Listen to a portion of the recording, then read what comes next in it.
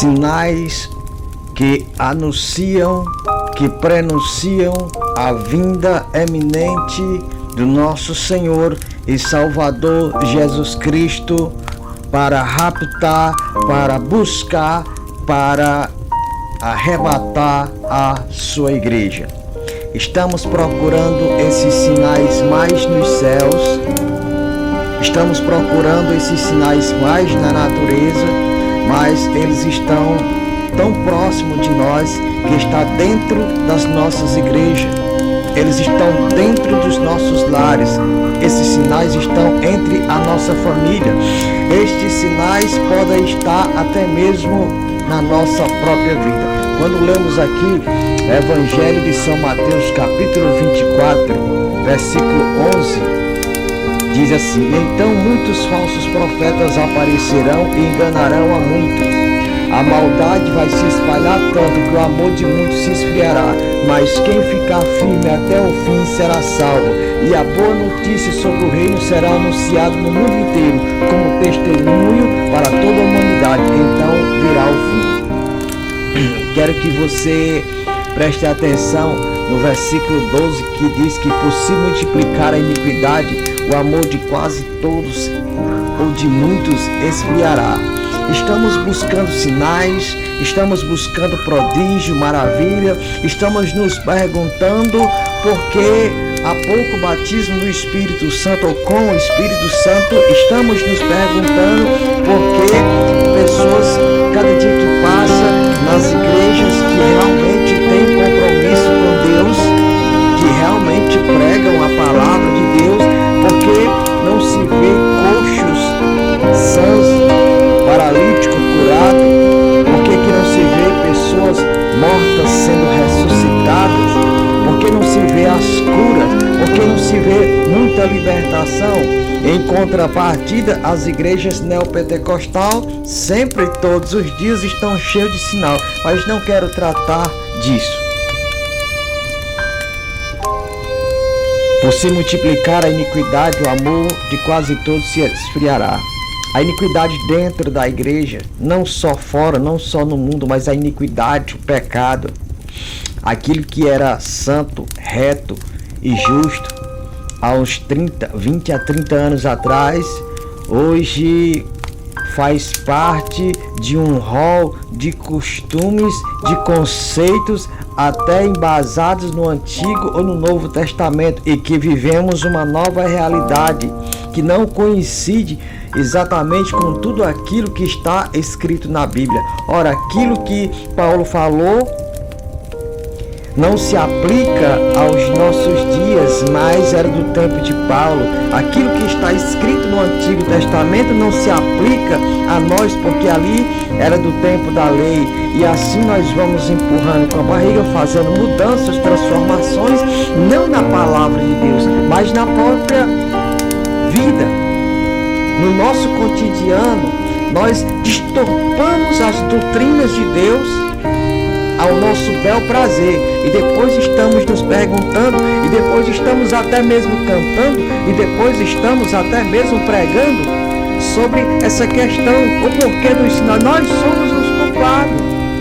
E quando Jesus predisse que por se multiplicar o pecado na igreja, entre o povo de Deus, no mundo, Jesus estava profetizando, ele não estava dizendo que aquilo foi uma determinação de Deus, não, foi uma visão futurística.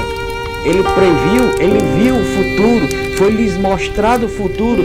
Deus sabe, Deus conhece não somente o passado, não somente o presente, mas Deus conhece o futuro. Então, nós nos perguntamos o porquê. Por que não há sinais? Por que não há prodígios entre o povo de Deus? Eu te digo porque há um ditado popular muito conhecido entre nós. Me diz com quem andas e eu te direi quem tu és. Você já prestou atenção? Você já prestou atenção? Que quem sabe até nós mesmos não temos a mesma vida cristã que tínhamos no princípio que aceitamos a Jesus Cristo como o único e suficiente Salvador de nossa vida. Hoje quase nada é pecado. E não é que as coisas, a Escritura diz literalmente ou categoricamente que aquilo seja pecado, mas a Escritura ela é enfática, ela declara abertamente aos nossos ouvidos e ao nosso coração: fugir da aparência do mal. Aí nós estamos presos naquela ideia de que a consciência vale mais do que tudo. A consciência vale quando esta consciência está pautada no que é certo, na justiça de Deus. Quando a consciência está pautada nos desejos do coração do homem, naquilo que ele gosta, que ele se satisfaz, que ele sente prazer, mas o importante é que ele tem uma consciência de que é crente, que para ele aquilo não é pecado. O profeta Isaías, ele diz, enfatiza, e é uma profecia, é a palavra de Deus se manifestando através do profeta Isaías. Ele diz que a nossa justiça, que nós somos como o imundo, e a nossa justiça, toda a nossa justiça, tudo aquilo que nós compreendemos por certo e justo, coerente e santo, quando não está pautado na palavra de Deus, quando não coincide com as Escrituras, com aquilo que foi revelado para mim e para a tua vida, isso é considerado um trapo de imundícia. Não sei se você entende o que é um trapo de imundícia. Vou ser bem breve e nojento aqui por alguns segundos. É aquele cara que chega de ressaca, que passa a noite bebendo, comendo toda porcaria. Eu acho que quem convive com isso, eu já estive lá também, sabe do que eu estou falando. E ao entrar dentro de casa ele vomita. Imagine aquela nojeira, aquela porcaria, aquela caatinga nojenta. E aí você passa, e aí a esposa vem com raiva, joga o pano de chão por cima, e lambuza ali e joga pro canto da parede. Aquilo é um trapo de imundícia. Sabe, aquilo é um trapo de imundícia. Perdão. E assim Deus considera aquilo que você acha que é certo, que é justo, que você interpreta, que você entende como sendo justo, pode ser justo diante de você, mas o Espírito Santo é que vai revelar se é justo diante de Deus.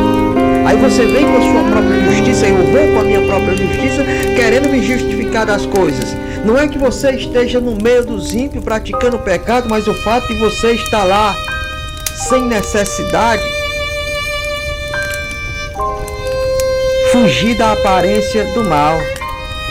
Não, eu não estava fazendo nada, eu só estava na arquibancada junto com a torcida assistindo o jogo. Certo. Quantos crentes tinha? Não, só eu. E aí os palavrões? E os insultos? E a ira que sobe ao teu coração quando o teu time deixa de fazer o gol, leva um gol? Ou quando há uma injustiça, uma falta grave? E aí quando o juiz opta pelo outro lado, e há engano, há roubo, e aí qual é a sua situação, o que você sente? Vai dizer que você não esculhamba também? Vai dizer que você não concorda com os que estão junto com você no meio de campo? Fugir da aparência do mal. Você gosta de um rachinha, bate um rachinha, tudo bem? É pecado? Não. Mas me diga, em que edificação traz para a tua vida? Que edificação traz para a vida dos outros jogadores? Qual é a edificação que traz para a vida de quem está assistindo o rachinha, o jogo? Não, isso é só um esporte. Vá correr. Quer se exercitar?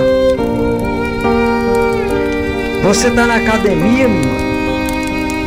Sai de casa toda apertada, com a calça de lycra, faltando para te partir no meio, que chega a apresentar até a cor da tua roupa íntima. Tu não tem nem o caráter de colocar uma toalha na frente. Não, o médico passou, é minha saúde.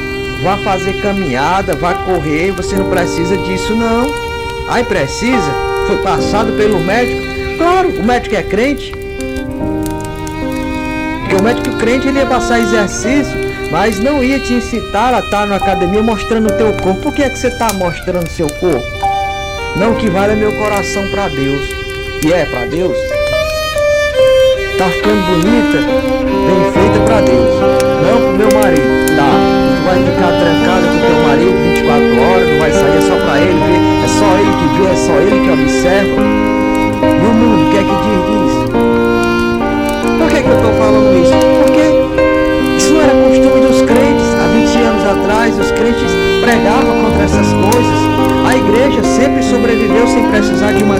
academia sem precisar de um campo de futebol. A igreja sempre sobreviveu sem precisar de um cinema.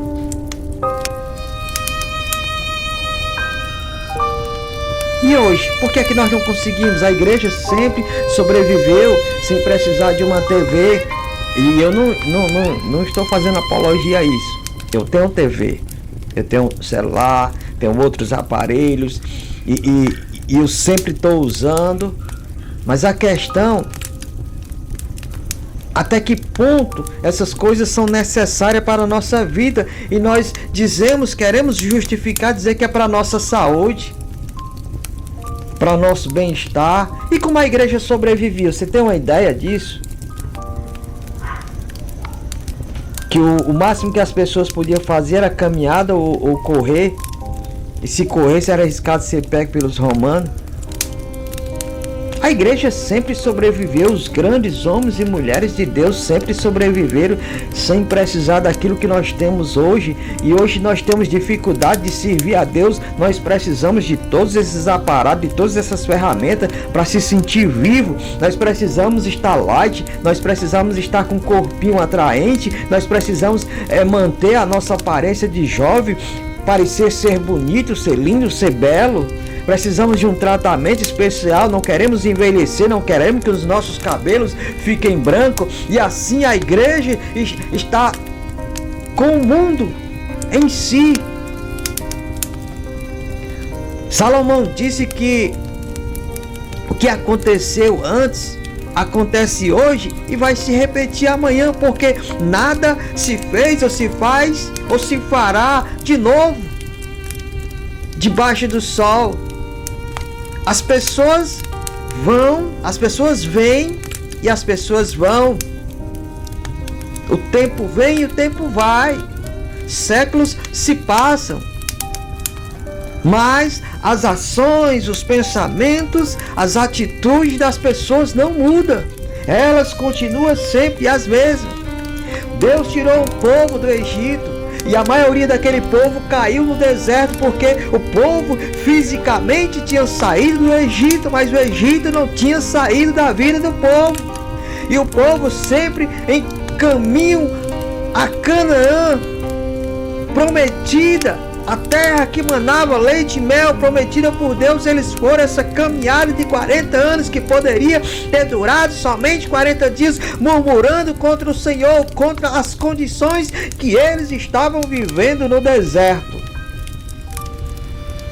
E aí?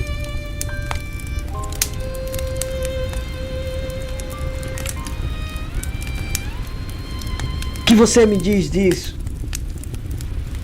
E aí nós estamos a reclamar porque há frieza dentro da igreja. Você já reparou como é que muitos irmãos se tratam dentro da igreja, reagem dentro da igreja? Você já se reparou como muitas irmãs se comportam, se vestem, andam dentro da igreja? Você já reparou o quanto de vaidade e sensualidade predomina dentro dos templos sagrados? Deus não está mais recebendo a adoração de muita gente. A grande maioria tem sua adoração rejeitada. Talvez você se escandalize com o que eu estou dizendo agora, porque você vai dizer que é impossível a grande maioria ter sua adoração rejeitada, mas é verdade. Vai estudar as escrituras, vai ler as escrituras, ver o que é que Deus requer para um verdadeiro adorador, porque até agora nós estamos maquiando, preparando, forjando adoração, às vezes no ato do culto, mas a nossa vida, ela pessoal, particular, o nosso cotidiano, ele não tem nada a ver com a adoração que nós apresentamos a Deus. É só algo maquiado, forjado, planejado, ensaiado, dublado, mas não vem do fundo do coração. Não é uma adoração oferecida do âmago da alma. E Deus rejeita. Deus tem rejeitado pastores que conhecem a verdade, mas coloca panos quentes em cima para não perder o dizimista, ou para o número de fiéis não diminuir na igreja. As pessoas vêm dizer que o ministério dele é fracassado, ou que ele não tem chamado da parte de Deus. Não adianta quando há oração, não adianta quando não há jejum, sacrifício, quando nós não viemos tomar uma atitude diante desta realidade que nós estamos vivendo nesses últimos dias. Tem muita gente orando para Deus causar um avivamento na igreja. Quando essas pessoas não mudam de direção, não mudam de atitude, não se arrependem de seus pecados, adotam costumes mudando, traz para a igreja e vivencia eles dia após dia nos cultos da igreja e fica orando, jejuando, fazendo cena na igreja para que Deus venha causar um avivamento na igreja, mas Deus não vai causar avivamento numa igreja que está completamente desviada da sua palavra, que não anda em santidade, mas faz apenas cenação, teatro nos dias de culto. Você pode entender essa palavra? Essa é a nossa condição diante da realidade do Senhor. Eu deixo essa palavra para você em nome de Jesus Cristo. Amém.